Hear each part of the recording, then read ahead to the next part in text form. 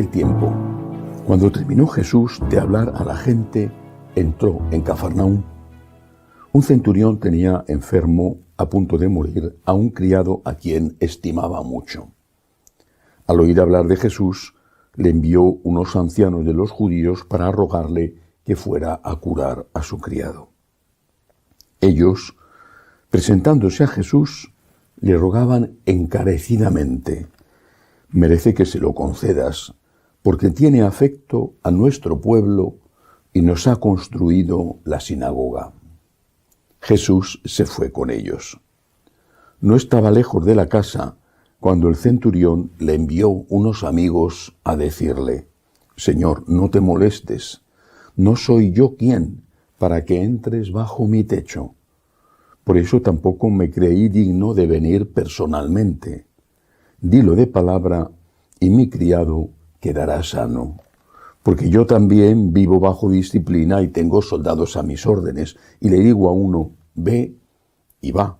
Y al otro, ven y viene. Y a mi criado, haz esto y lo hace. Al oír esto, Jesús se admiró de él. Y volviéndose a la gente que lo seguía, dijo: os digo que ni en Israel he encontrado tanta fe. Y al volver a casa, los enviados encontraron al siervo sano. Palabra del Señor. Gloria a ti, Señor Jesús. Este evangelio tiene muchas enseñanzas. Empecemos quizá por la menos importante, pero que aún así merece la pena destacarla.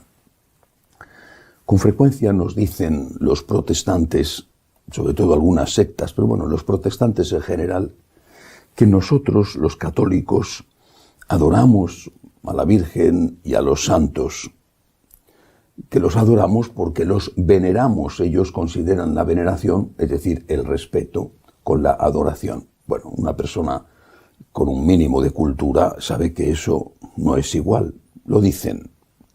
Pero es que también entre los católicos se escucha a veces decir que ellos prefieren dirigirse directamente a Dios en lugar de a los intermediarios. Naturalmente que hay que dirigirse directamente a Dios, no creo que nadie lo haya prohibido nunca.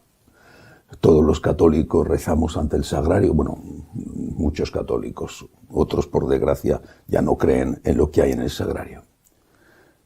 Pero es curioso que en este evangelio aparecen intermediarios. También la gran intermediaria, la gran mediadora, que es la Santísima Virgen, por ejemplo, en las bodas de Caná. Pero en este evangelio aparecen intermediarios. Un hombre, en este caso un romano, un militar, un centurión. Cafarnaúm era un puesto de frontera donde se cobraban los tributos de los productos que entraban en el país, en la provincia romana, procedentes del exterior. Y había una guarnición importante, tenía un centurión allí. Pues bien, este hombre sin duda piadoso o inteligente políticamente, que trataba bien a los judíos y no quería enemistarse con ellos, había construido la sinagoga.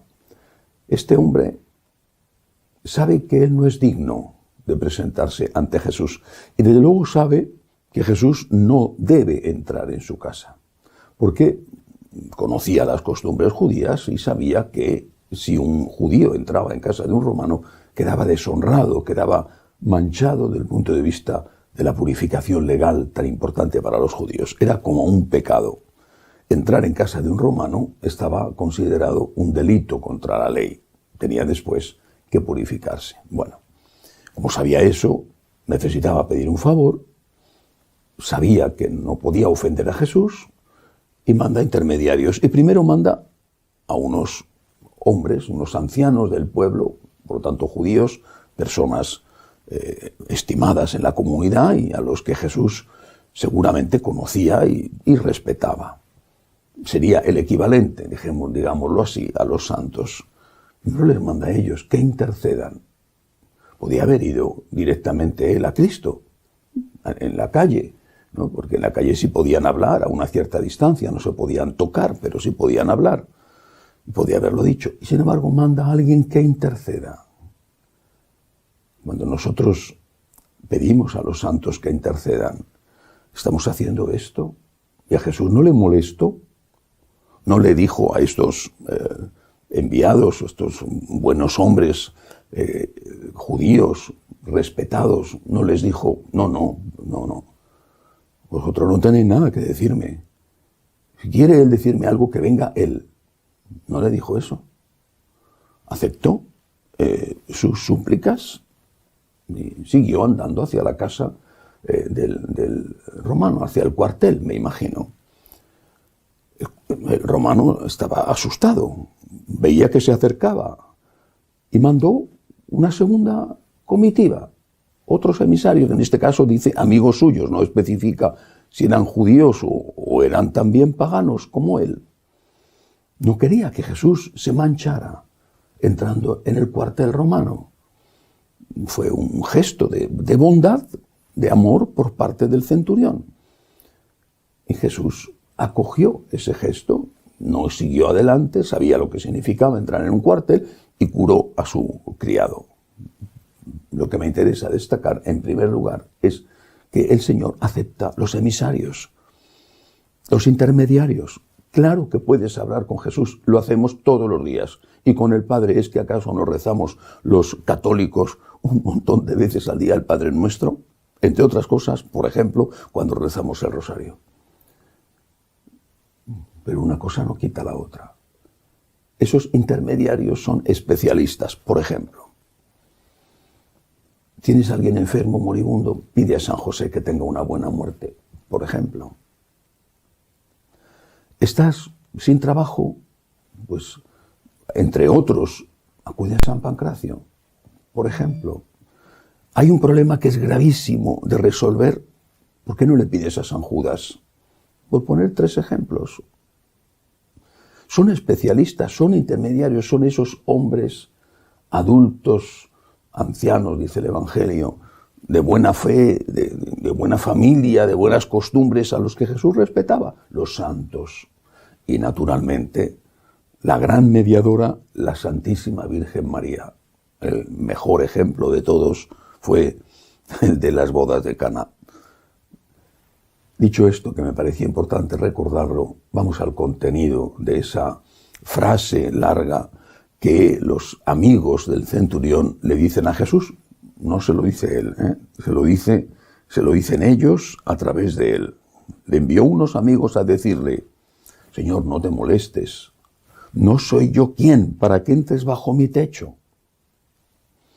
Esta es la fe que elogia a Jesús. Él tiene fe en que Jesús puede curar a distancia, sin tocar. Pero también es consciente de que no se merece ese don que está pidiendo, de que es un don, no un derecho. Suplica, no exige. Podría exigir, tenía la espada a su servicio. Podía exigir, o le curas, o tomaré represalias contra ti, contra tus amigos, contra tu pueblo. No hace eso. Con humildad está pidiendo, está suplicando, con humildad, con fe y con humildad, porque la humildad va siempre unida a la fe verdadera. El que cree que Dios puede hacer las cosas, no solo es que cree en Dios, sino que cree que Dios es Dios y no es un empleado tuyo. El que cree que Dios es su empleado al cual da órdenes, no está creyendo en Dios, porque Dios es el Señor y no es tu criado, tu empleado, tu siervo o tu esclavo. Eso es lo que elogia a Jesús. Y eso es lo que nosotros tenemos que hacer. No exigir nunca a Dios, nunca. Sea lo que sea, pide con humildad, solicita, suplica, pero no exijas. Y no es que trata de una cuestión de formas, no creo que nadie acuda a la oración a Dios a decir, exijo que me hagas esto. No es una cuestión de formas, es una cuestión de fondo. ¿Cómo reaccionas cuando Dios no te da lo que le has pedido? Eso demuestra cómo era tu oración. ¿Reaccionas enfadándote? Estabas exigiéndote. Y esa exigencia que Dios conoce, que está en tu corazón, fue lo que impidió que se produjera el milagro. reaccionas con humildad diciendo, Señor, yo no entiendo. Te he pedido, te he suplicado, no me lo has dado, no entiendo, pero no pasa nada. Yo te estaba pidiendo un favor, no estaba reclamando un derecho, por eso no pasa nada, Señor, no pasa nada. Aquí estoy, como siempre, dispuesto a hacer tu voluntad, la entienda o no la entienda. Pidamos al Señor con humildad, directamente, y también a través de esos sabios intermediarios que el Señor acepta en su presencia y que son los santos. Que así sea.